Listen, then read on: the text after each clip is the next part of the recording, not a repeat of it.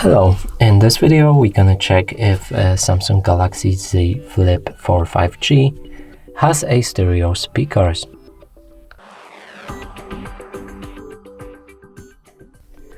So in order to do this, first let's locate all of the speakers on this device.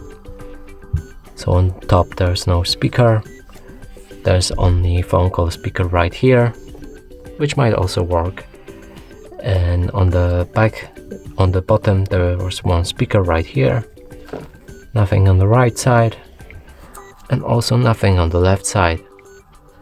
Now let's play some music and cover each of the speakers with our fingers. If the sound is coming from both of the sources, this one and this one, that means it's a stereo speaker.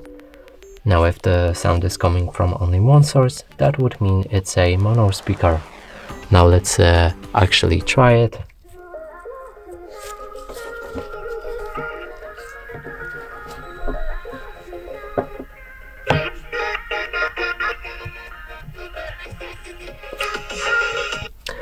So I can already confirm that this phone has a stereo speaker, as the sound was coming from the bottom speaker and the phone call speaker here as well.